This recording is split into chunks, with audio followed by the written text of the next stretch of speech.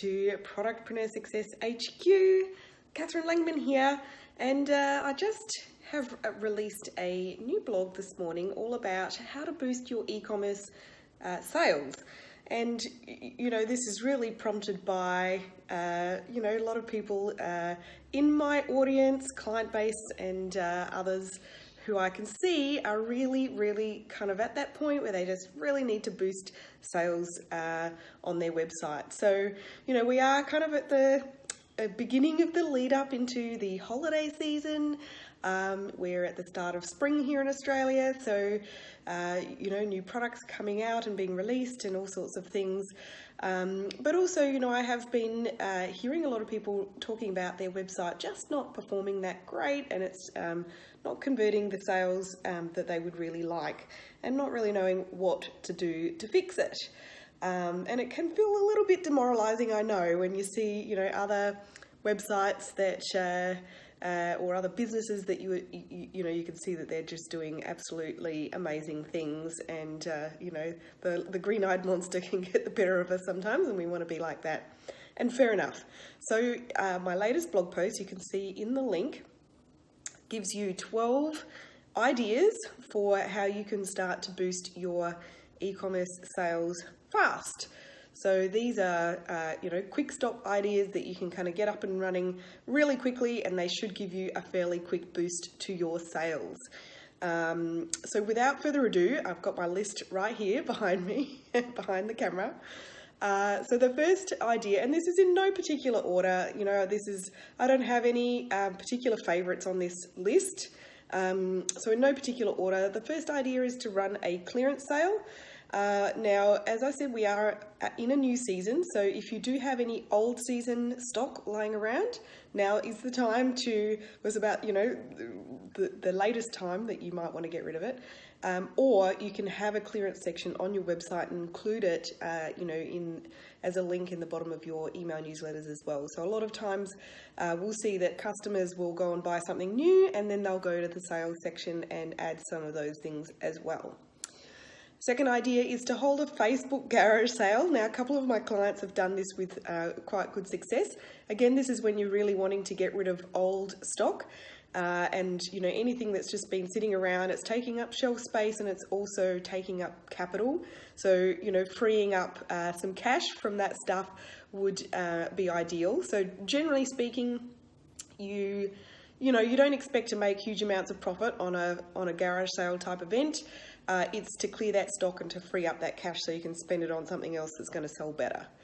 And if you don't know how to run a Facebook garage sale, ask around. There's a few tips on the blog. You can head over there if you like, but also it's not really that complicated, so give that one a go. Another idea, not sale related, jump on Facebook Live and demonstrate a new product. Now, I know a lot of you don't love getting in front of the camera, but it doesn't have to be anything sort of schmick or super professional. You don't need any, fabulous kind of expensive video gear. You can just use your iPhone, which is what I'm doing now, and, demonstrate a new product. You don't even have to get in front of the camera if you don't really want to. But video is absolute king these days, and video consumption on social media is on the increase, and I have definitely seen clients of mine sell new products really quickly by showing them off on Facebook Live. Collaborating with an influencer is another one that's really great. I'm going to have to swap hands here. It's not a new thing to collaborate with an influencer. This is a strategy that's been around for a while now.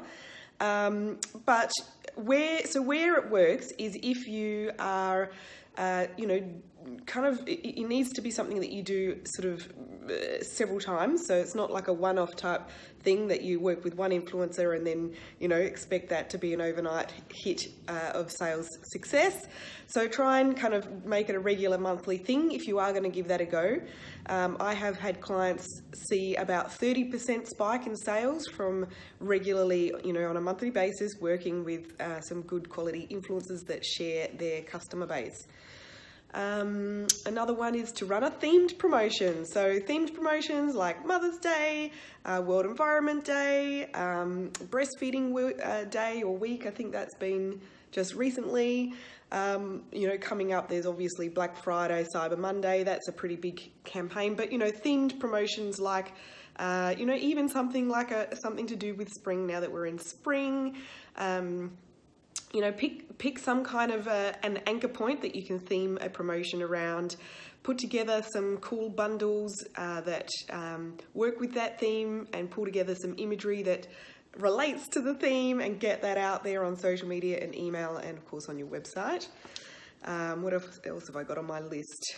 Oh, promos like buy 2 get 1 free, that sort of thing. Any kind of bundle that entices a slightly bigger average order value is good for you, but it's also giving good value to the customer. They usually work really well.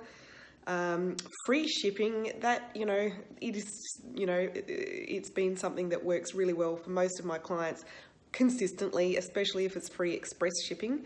I know express shipping can be expensive in Australia, but if you are able to do it even just like a flash event over a weekend, you should see a good spike of sales from that. Another cool idea, and again, this is not a discount related thing, is if you run a loyalty program, remind your loyalty point holders to use up any points that are due to expire. So that's, that takes a little bit of digging around in your system. It's not too onerous though, and you may see some good sales from that, especially if you combine that with some other kind of promo as well, so give them some kind of excuse to get onto it. Do a product launch. So I'm a big fan of pulling together, comprehensive product launch campaigns. And I definitely have some other blogs on my website that you can go and check out if you want to find out a bit more about how to run a solid product launch. But if you do have anything new, don't just put it out sort of in the mix of a newsletter. Make a big song and dance of the new stuff. Really bring people's attention to what is new and invite them to come and buy it.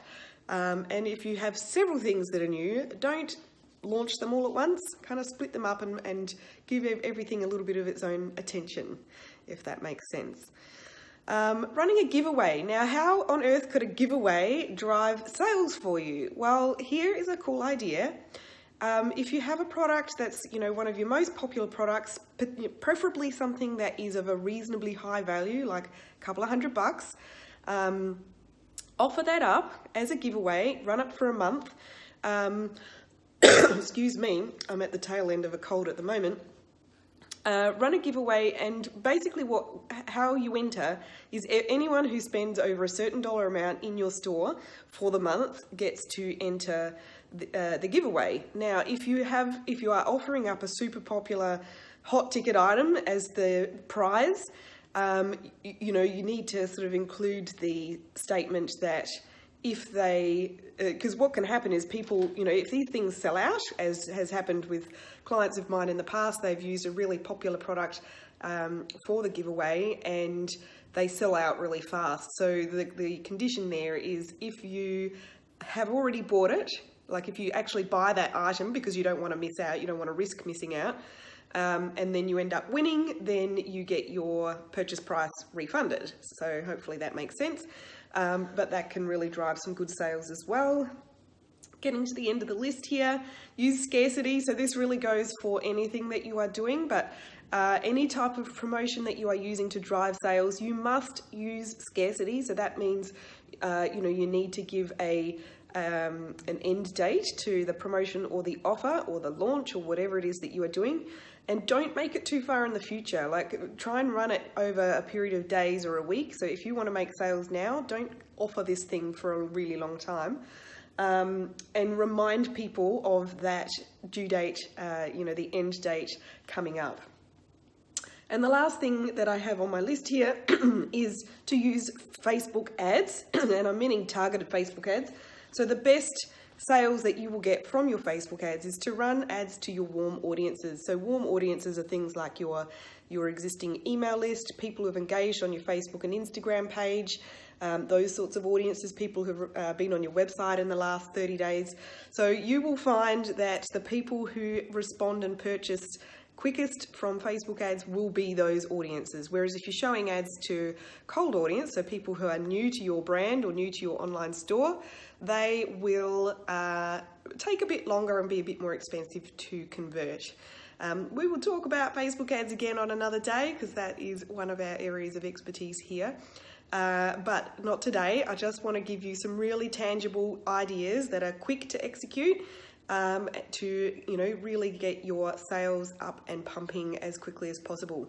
One last thing, if you're still with me, one big reason why you may find that your sales are not rolling in as well as they could might be because of your conversion rate not being as good as you would like.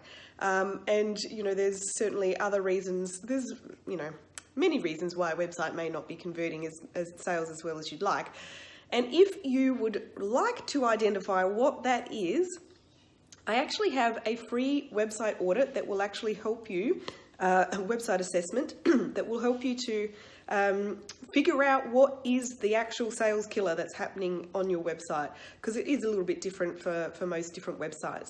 So if you'd like to have that free website assessment, there is a link. It's on the blog, but I'll also put it under this video. It's bit.ly/e-commerce website assessment. I think that's right. I'll put the link there and make it easy for you to just click on it. So go and check that out as well, and see if you can figure out what is the bottleneck in your online store. Is it conversion rate? Is it a lack of traffic? Is it a lack of awareness? Or what else might it be that is causing your site not to bring in the orders as fast as you would like? So that's all I've got for you today. I hope that's been a little bit helpful. Definitely leave me a comment below to say g'day. Let me know which idea or ideas that you are going to implement in your store. And if you go ahead and take that website assessment, leave me a comment to let me know what was your recommendation, what was your answer. All right, bye for now, and I'll see you again soon.